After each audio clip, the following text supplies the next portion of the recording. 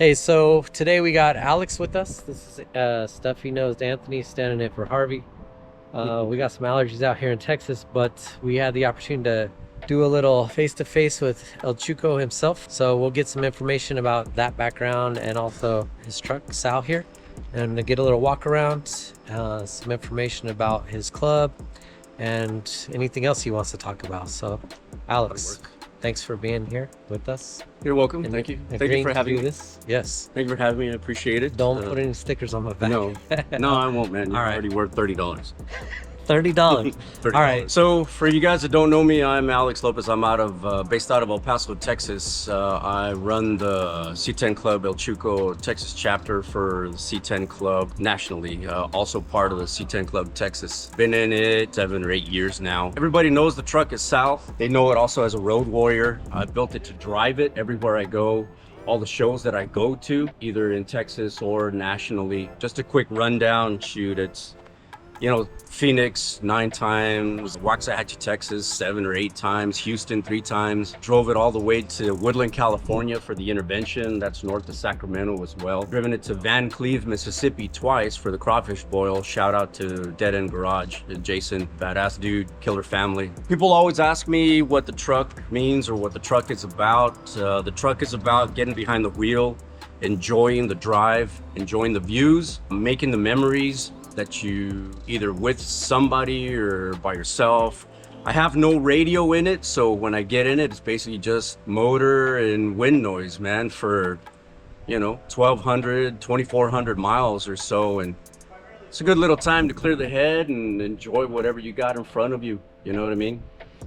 Well, people ask me about the Sal part, the initials. They tell me, they ask me, hey, Sal, they call me Sal. And I said, no, I'm Alex. Sal is the truck. But Sal, he's in tribute to my boy. Those are his initials. So that's what the Sal stands for. The other little small innuendos, if I could tell you, in reference to my boy, the number 13 here on the tailgate, the pinstripe, that was my son when he was either gonna be in soccer. I think it was a soccer. He got to choose his number on a table and he went straight for the number 13. Little did he know, or he doesn't know, that number 13, I consider that my favorite number and my lucky number. So that's why that 13 is on there as well. When I got the truck already came red and white. I had some little subtle pinstriping done to it as well. I wanted it nice and simple pinstriping with it, and I wanted to add that little longhorn for Texas, so if you guys can check that out too. I didn't want anything like overblown. Simple color, simple traditional style pinstriping to actually match the subtle pinstripe break between the cab and the back, the bottom end of the truck, and that goes all the way around the cab as well. I did decide to bag it. Don't know if you'll be able to see it very much with the glare, but this was done by a local pinstriper there in El Paso. We call him Saco. On Instagram, he's Saco Pinstriping. So small little things was great. You can see the windshield is all the stickers from the shows that I've driven to or that I've been to. Shout out to my boys at C10 Club New Mexico as well. On the other side, I also do the westbound to the get down. And it all started with this one joined in with Brian from C10 Club Tennessee. But I've done the ones since with these. And then that Rad Reunion sticker as well. These eastbound and down stickers, these were always probably the best times to travel with a lot of the guys coming in from Phoenix and stuff. Ronnie from C10 Talk, shout out to Ronnie, but he hasn't done that one in a while. People are surprised for me traveling so long, the long distance and stuff like that, but I still have a 350 carbureted motor in it. So it's still carbureted, it's not fuel injected, but when I did build it, I built everything brand new from radiator to rear end. That's been all rebuilt as well. I'm running 373s with an Eaton posi. Suspension is basically still stock. Stock upper and lower control arms. These wheel wells, These were fabricated by a friend of mine, Jerry, back in El Paso, Texas as well, out of Rolling Dice Garage. Shout out to him. You can look him up on Instagram, Rolling Dice Garage. My coolant reservoir is an actual growler that was made with my truck on it. So that was a collaboration at one time with Tin Man. It's a craft beer place back in El Paso as well. And we did a Thanksgiving donation thing for the El Paso Food Bank. So he came up with the growlers and stickers, and everything that was sold from there was donated back to the El Paso Food Bank. And I think we ended up giving them like $8,000 worth of money, because that money can stretch. $1 could give you 3 plates, you know what I mean? That was a really fun collaboration with them. Switch suspension went with them for the hinges. I absolutely love these hinges. Very convenient, because I used to have a pole to hold it up, but now just a couple of fingers, push down and close. As far as the airbag system goes, I put that on I think in 2018, but I only trusted one person to work on the truck itself. This guy is a guru from 60 to 66, and that's Nick Hester out of Albuquerque, New Mexico. He's the only one that I wanted to take the truck up to. So when I wanted to bag it, I told him, we made an agreement, deal, drove it up to him, left it there. I drove up there, I think like 2 weekends or so, because I wanted to put hands on the truck as well. And we cranked that out, and I dropped it off at the beginning of January and picked it up at the end of January, and I have no regrets since. This truck, he tells me time and time again, is the selling point for the airbag system for him, that if people are kind of wary about it, since I put so many miles on this truck, and he references it all the time. I have the seat covered. So I cover it because I don't like to sweat on it, right? But this seat was custom done by D-Bomb out of Phoenix. Dom is a great guy. He is an absolute genius with interior. I asked him if he could do a little custom. That's that little custom star I have. The star always represents the star that we have lit up on a mountain back in El Paso, Texas. So whenever I do designs, whenever I do t-shirts, stickers, anything like that, it will always have that El Paso star on it to represent for it. But have you put on the truck? So long haul miles, I mean, I estimate anywhere from like 40,000 miles on long haul, plus all the local cruising, and then like my hatch cruise, the stuff that I do in the spring, and then the cruise to the Pines, which was a couple of weekends ago, September 8th and 9th. The next year, the cruise to the Pines will be September 6th and 7th. So if you guys are interested, look out for it next year. Must go. You gotta go to that. Yeah, it's a cool little roller, you know. So what's the difference between Cruise to the Pines and other shows? Like, what is your intention with Cruise to the Pines? A Cruise to the Pines, I'm not trying to lock down that name or anything. It's just what I started as a tradition back home the very first year that I started with the club. There's a place called Ruidoso, New Mexico that I grew up going to since I was a baby, right? And it's going from the desert into the forest area of the mountains. And it's always been a special place for me to go to, like I said, since I was a kid. I started a tradition of a day cruise from El Paso up to Ruidoso, and that's what I called the Cruise to the Pines. It was just a day cruise up there. Started out with like 22 trucks. Next year was like 44. The next year after that was 84 trucks, and at 84 trucks, it grew to be too much to just have at a small restaurant. So I talked to the village of Ruidoso and the Parks and Recs people, and we were able to lock down a park there. It's kind of similar to a C10s in the Park kind of thing, nowhere near as big.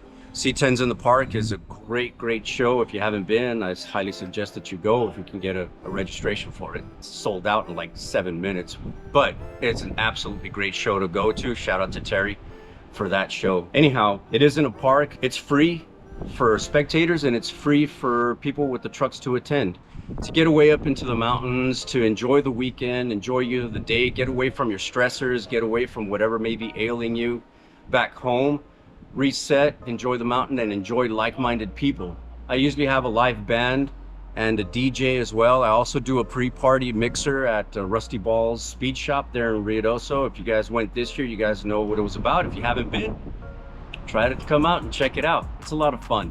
That show is basically family oriented. It is oriented for you just to get up there and relax. and not think about anything other than enjoying your day. And that's what it's about, you know? So what is El Chuco about? So the word El Chuco, I remember John, Mr. Oro himself, asked me one time, says, hey man, what is the Chuco thing about? Is that like gang related or anything? And I said, no, it's not gang related. The history behind that word comes actually from back in the I want to say late 30s, 1940s, when that Zoot Suit era, if you guys remember the Zoot Suit era, those guys that started that, it actually originated in northern Mexico and migrated into the United States from there. But it actually began migrating up through El Paso and then into Tijuana and then Southern California. They used to call those guys pachucos. With that, the individual style of the suits that they would wear, they also wanted to start customizing their own vehicles to have that individuality as well. So that was really the first time that they actually really started customizing the vehicles. That's why El Paso is also known as either Chuco Town or El Chuco, because it's short for Pachuco, because that's where all this was coming in through. Later on and through the generations, it actually started developing into what you would know as the new modern, lowrider scene. It all basically started from the first initial customization of those things, along with the other styles that came on with that area. But I mean, really, that's where El Chuco comes from. And the reason I named the club on Instagram El Chuco was to pay homage to those initial customizers back in the day, because without that, we really wouldn't have what would be the modern customization generation that we have today. So it's in honor of them.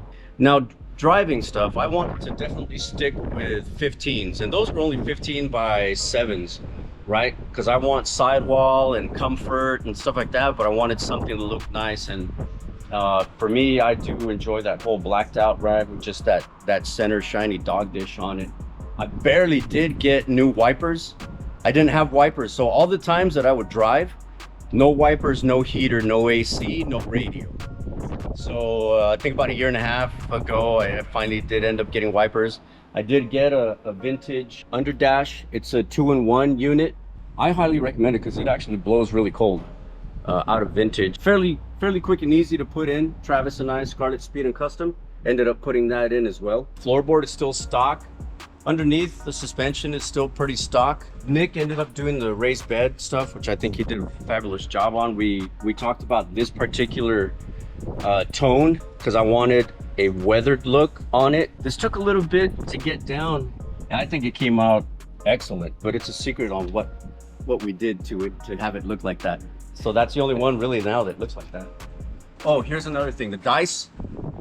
My son gave me those dice when we were at Peter Piper with the coins. He won them, turned them in, he bought the dice, and he came to me at the table and says, hey Dad, I bought you dice for my truck. So that's why those are on there as well. So I absolutely love that. That's cool, man. I like that story. There's another thing that I'm very honored to have, this sticker here.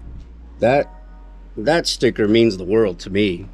It was given to me and placed on the truck by John Oro himself. Prior to that, it was only 4 other people that have that sticker, and those were the 4 founding fathers of the C10 Club. They run the C10 Club, C10 Club Worldwide, but for John and the other guys to feel like they trust me enough with the club, or representing the club like the way that I do and the things that I do for the club just out of pure heart and not monetary gain, for the people, for you guys, for everything, they ended up giving me that sticker, and that's basically a C10 Club royalty sticker. So I that's one of the favorite things on the truck right now, besides my son stuff. So we're gonna talk about the Rollo sticker. So the Rollo sticker has special meaning to it. A guy named Jay and I were talking about that one time after a get down.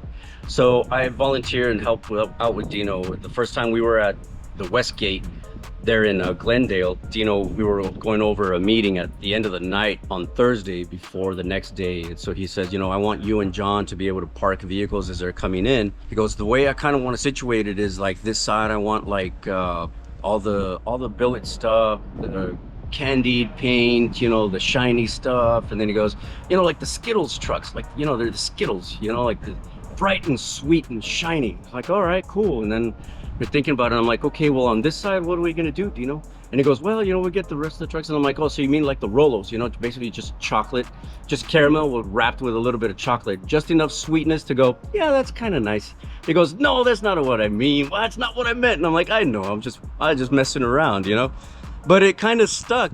It stuck for those that, you know, build their trucks and stuff. And then the fact that they drive them, you know, and that was one of the things that I came up with that Rollo sticker for, is for the guys that build the trucks to drive them long distance, drive them, give them that long haul stuff. It could be 130 miles, you drive to one place and then back. So you got, you know, 260-mile round trip.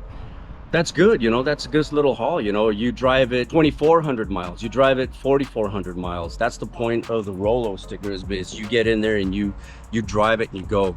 But that's including also those Skittles. Those Skittle trucks, if you drive them and you don't care that you're gonna get road chips and stuff on them, that's what that's for. And that's what that little underground sticker is for. And if you ever get one from me, I'm the only one that gives those out, okay? So if you ever get one from me because you've driven your truck and I've seen you drive their truck those long distances and stuff, understand that's part of the Rollo Club. So when I put the hashtags Rollo Club, or Rollos Assemble, that's what I mean by that. And you can see all the chips from the front and the front too. You know, road chips, all on the grill, bumper. But it still looks good. It still looks good. People call this truck a road dog and a road warrior, and he is, man. I mean, you are a hero. You want to talk about those calendars you were in? No. I was never in a calendar.